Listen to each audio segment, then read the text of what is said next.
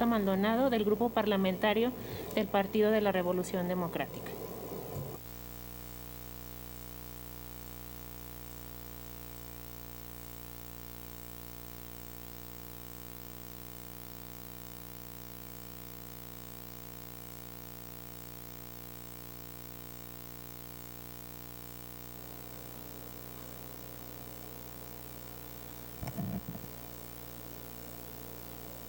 Licenciado en Contaduría, Alejandro Tello Cristerna, gobernador constitucional del estado de Zacatecas. Amigo doctor Arturo Nale García, presidente del Tribunal Superior en nuestro estado. Amigas y amigos diputados, dijo hace unos días el secretario de Hacienda, Arturo Herrera, que no habrá guardaditos para el 2021. Esto en clara referencia a los llamados fondos de estabilización presupuestaria.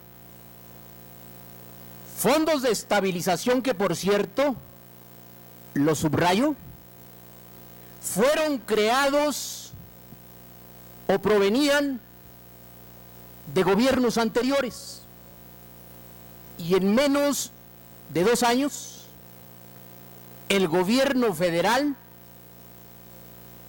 ya se los gastó, se acabó el cochinito, se gastó la alcancía que construyeron gobiernos anteriores para atender eventos catastróficos como el que actualmente se vive en el país con el tema de la pandemia y del COVID-19.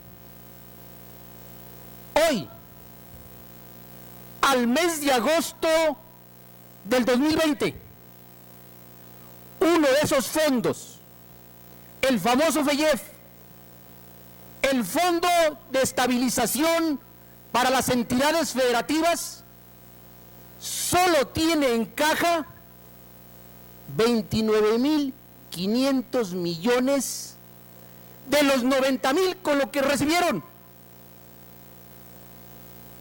Se acabaron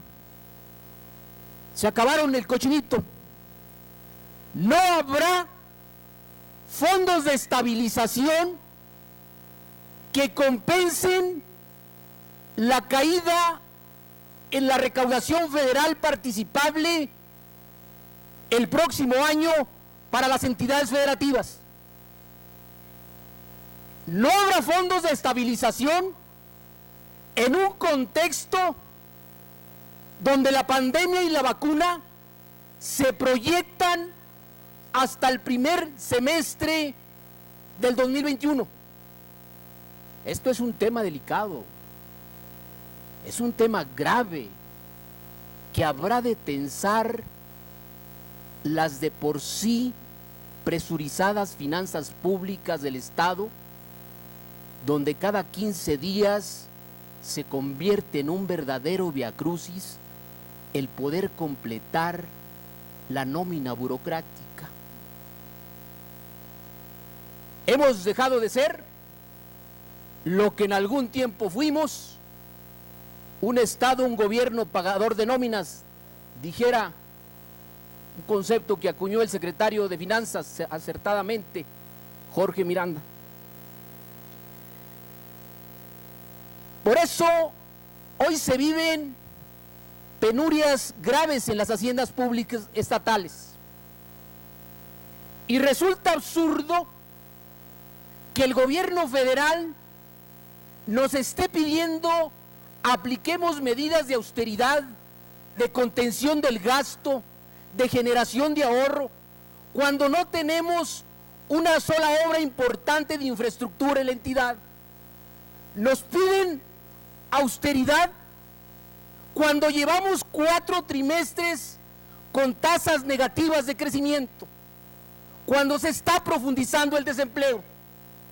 Nos piden austeridad cuando no fueron capaces de encabezar su responsabilidad constitucional, de ponerse al frente del Consejo de Salud General y determinar directrices únicas para mitigar en lo político y en lo científico los efectos devastadores de la pandemia en este país. Nos piden austeridad cuando nos han dejado solos, a nuestra suerte, rascándonos con nuestras propias uñas, atendiendo con el escasísimo margen de maniobra presupuestal los estragos de esta crisis sanitaria. Reconozco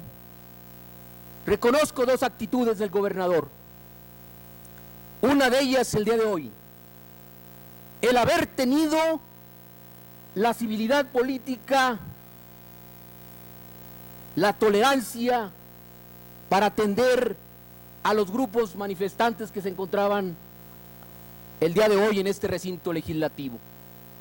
Pero reconozco, gobernador, también su actitud perseverante, cortés, insistente, de pedirle al presidente de la República, cada vez que visita Zacatecas, nos ayude encarecidamente con el tema de la nómina magisterial para despresurizar las finanzas públicas. Pero al presidente de la República se le ha hablado suavecito, quedito, de buena manera, no entiende y no nos ayuda. Otros gobernadores le han hablado fuerte, lo han encarado, y ¿qué creen? Tampoco los entiende y tampoco los ayuda. Vaya manera de ejercerse el poder presidencial en este país, ignorando a los estados, ni reciecito ni quedito. Por eso, el día de ayer, 10 gobernadores del estado abandonaron el cascarón de la CONAGO. Por eso es necesario discutir un nuevo pacto fiscal. Por eso es necesario revisar la vetusta vieja ley de coordinación fiscal que proviene de la década de los 70. Pero me alcanza todavía el tiempo para tocar un tema que no quiero dejar pasar de lado. Y quiero abordarlo en esta tribuna porque además es necesario. Un tema que despierta la sospecha, la crítica fundada de cómo se conduce, cómo se ejerce el sistema de administración de justicia en este país. La platico brevemente. Habiendo determinado, resuelto el Pleno de la Suprema Corte de Justicia de la Nación, que en lo relativo a la aplicación de los impuestos ecológicos contenidos en la Ley de Hacienda del Estado de Zacatecas, no había invasión de competencias reservadas a la Federación, de que teníamos la potestad tributaria de cobrar esa contribución como nivel de gobierno, resulta que una de las salas de la Corte, en otro juicio, emitió un criterio contrapuesto y curiosamente en el tributo más importante, en el impuesto por remediación ambiental de extracción de materiales. Y emitió ese criterio la sala, siendo una de las partes en el juicio, uno de los consorcios mineros más poderosísimos económicamente hablando.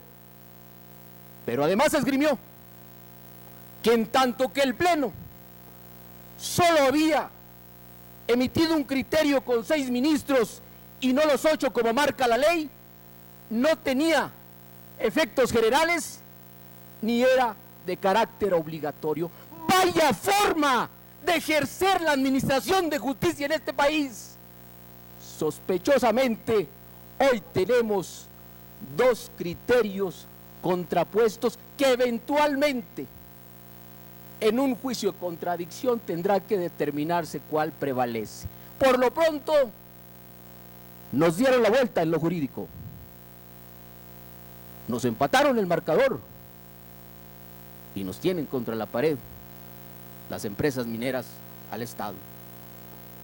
Resta el diálogo, un diálogo que quizás soslayamos al inicio, un diálogo que tendremos que retomar, pero por lo pronto, en lo jurídico, vuelvo a insistir, ya nos dieron la vuelta. Es cuanto, diputada presidenta.